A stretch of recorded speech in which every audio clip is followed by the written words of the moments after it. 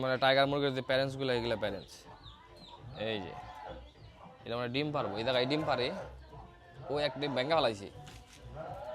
এগুলো হলো বড় সাইজেরটা এগুলো থেকে এগুলো ডিম আমরা গিয়ে ফুটাই এডি না এই সাইডে আর কয়েকটা আছে দাঁড়ান দেখাই যাচ্ছি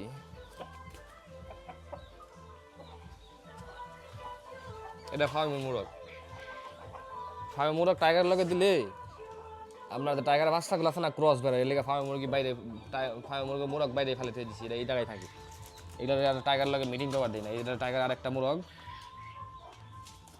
মাশাল্লাহ ভাই মুরগটা যে আমি নতুন কয়দিন আগে কিনে নিয়েছি প্যারেন্টস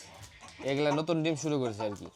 তবে এগুলো আমরা বিক্রি করি না এই জায়গায় থেকে আর কি ডিমগুলো আমরা উৎপাদন করি মানে ডিম পারলে সেগুলো আমরা মেশিনে বসাই